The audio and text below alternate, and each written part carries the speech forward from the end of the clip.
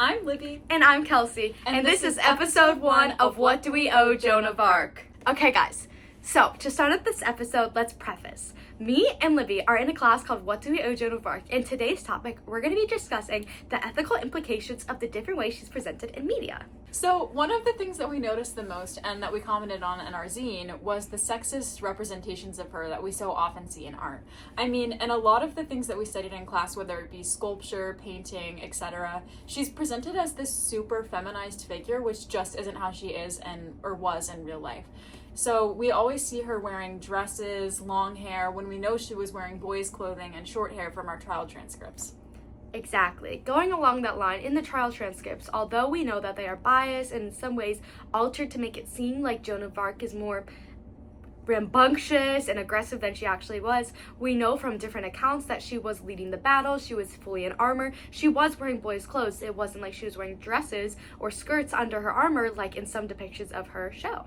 Going along that line, in one particular statue, Joan of Arc Listening to the Voices by Henry Chaput, you'll be able to see it right here on the screen. There is a clear sense of showing her in a more feminine, soft light to try to garner empathy of some sort. This was after she was chosen to be a saint and she had reached martyrdom, and it was kind of meant to put her in the public eye and make her basically socially acceptable, because although it was socially acceptable that she died, was it socially acceptable the way she lived? And I think both of us find it really frustrating that she has to be presented this way in order to garner empathy. I mean, why should she have to be presented as this super feminized figure just for people to feel bad for her? We should be able to appreciate her for what she was while also empathizing with her situation.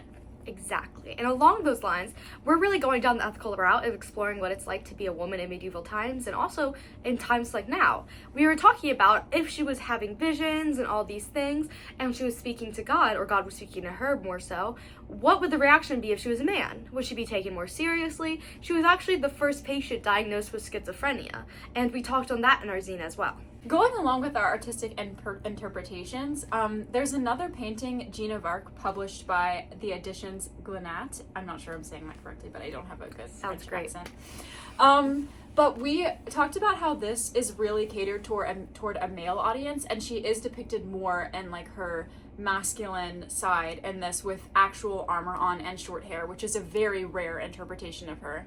And this is a comic, so it's really catered more toward the male side of the audience. And we think it's interesting that when she's like, they're trying to gain sympathy for her, they're showing her as the super feminized figure, but when they're trying to represent her in like her action side, they're making it a more masculine representation. And although we've talked in class about how comics are read basically ever in France by every audience, that's in France. I'd say in America, even though a lot of women and girls enjoy comics, the general consensus is that men are the ones that are mainly reading it and young boys. And again, it's just really interesting that the like aggressive expression on her face, all these things, her actively in battle, that is not seen anywhere else. Basically, in our search and our quest for media, especially in this class, and all the other expressions on her face, she seems quite, I don't want to say pitiful, but she seems like very pious. And all the representations of her, she's like looking up at the sky, praying. Even if she's holding a weapon, she's holding it in a very docile manner, or it's by her side to represent what she did, but not show the actual actions of what happened. So we also feel it's important to recognize the initial ethical code that we're really going by when we're looking at these different forms of artwork and media. So our group in previous assignments, like for our zine and just at our table, we talked about not insulting identity, entering conversations and entering the past with empathy, considering other people's experiences, and responding accordingly. We've also talked about practicing a degree of historical relativism, which is not placing our ethics that we practice today on things that we learn about in the past, while still being able to empathize and learn about other situations. So, even though our experiences come from a place of modern perspective and how we want women today to be treated, there's a degree of how that should have been in the past, because it wasn't like the concept of equality just came about in the 21st century. This was something that could have happened back then and should have happened back then, but because of the social constraints and our code of ethics, we can't really consider that as part of the equation. So now we're going to shift the discussion toward the movie that we watched for class.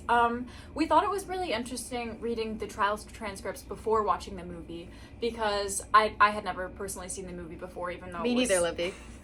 Even though it was such an important and critically acclaimed movie. But going toward it from the perspective of already learning about the trial transcript, we talked about in class how she was sort of portrayed as petulant or uncooperative, not wanting to respond and saying like, this isn't part of your trial, I won't respond to that, I won't comment on that, etc. Just reading it, it was a very different take than watching it portrayed in the movie. In the movie, it was obvious that she was in really horrible circumstances. They were pestering her and questioning her for days, and she was surrounded by only men, and men who had already assumed her guilt before even really wanting to hear her story or listening to what she had to say. And when she responded in the movie was saying that she didn't want to answer things, it was clear that she wasn't remembering them or she wasn't choosing not to answer them in a way of being uncooperative or petulant, as we said in class. It was a very different portrayal of her. Yes. Also, I'd like to comment, in the movie, they do kind of soften her down to make her seem as a woman more deserving of empathy. We see the way that she longingly looks towards the crosses, the way that she just kind of sits by, and while these men are tormenting her, there's nothing she really does. Whereas in the trials, in the way that we see that she was an aggressive person who went for what she wanted and did what she thought was right, it's kind of a stark contrast. When we see her walking to the pyre, we see her in comparison to everyone else, and just the height difference, everything about her physically, and like the way that the actress portrayed her expression, which was amazing, by the way. Even though she went into the trial, and the way that we know is that she went out with grace, she did not complain. She said that this is what she's willing to do because she believes in what she's standing in, and we see that in the movie as well, although in a much more, dare I say, pitiful manner. I agree with that, and I think that the power that they had in the movie to portray what she was doing is just totally different than just reading words on a page.